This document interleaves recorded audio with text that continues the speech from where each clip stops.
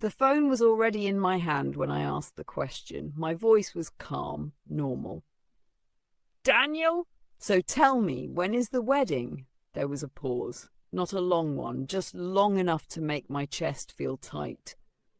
Before my son could answer, his wife looked straight at me and smiled. Oh, we already got married last week, she said. It was very small.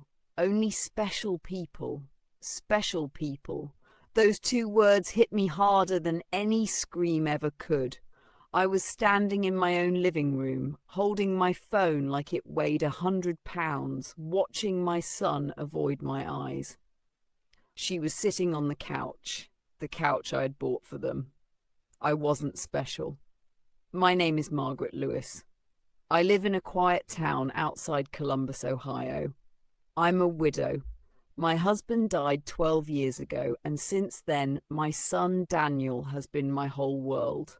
I worked 2 jobs to send him to college. I skipped vacations, new clothes, even doctor visits because I wanted him to have a better life. When Daniel introduced me to Ashley, I welcomed her with open arms. I cooked for her. I listened to her dreams. I treated her like my own daughter. When they moved in together, they struggled, so I helped. At first it was just rent, just for a few months, Mom. Then groceries, then the car payment, then medical bills. Every time I sent money, I told myself, they're young. They'll stand on their feet soon. 4 years passed. They didn't stand. I slowly disappeared. A month before the wedding, Ashley asked me to help pay for her dress. I promise I'll pay you back, she said. I sent $900 without hesitation. I bought myself a simple blue dress, nothing fancy.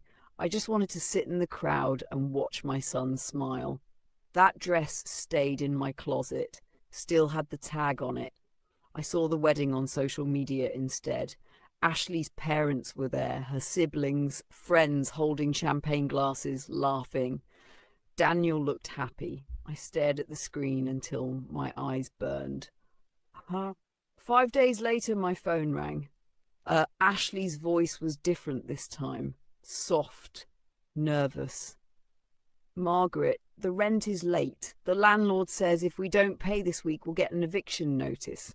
I think you forgot to send it. I closed my eyes.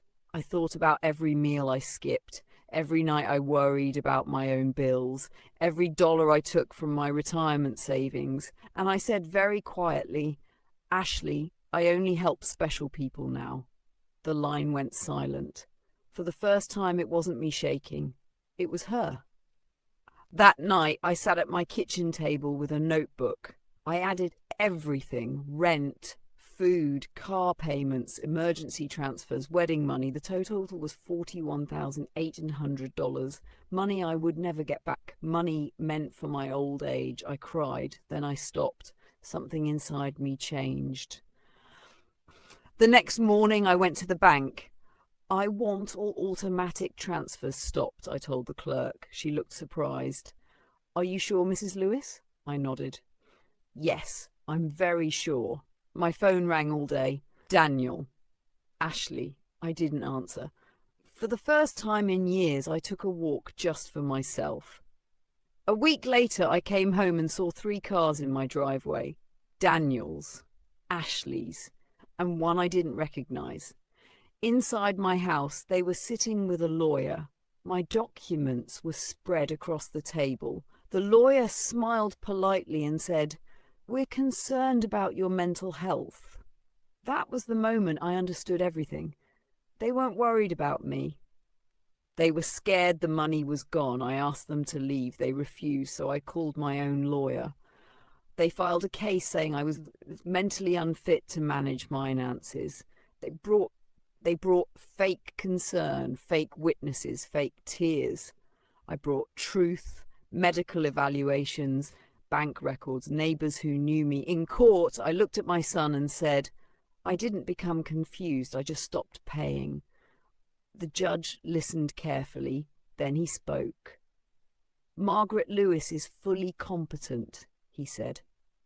This appears to be a case of financial exploitation, not concern. The case was dismissed. I walked out of that courtroom lighter than I had felt in years. I sold my house. I donated part of the money to an organisation that protects elderly people from abuse. I moved to a smaller place near the coast. I started painting. I travelled. I learned how to live again. Daniel and Ashley never called, and that was okay. Today, I am 73 years old. I am not lonely. I am free. And I learned something important. Love is not proven by how much money you give, and respect should never be begged for.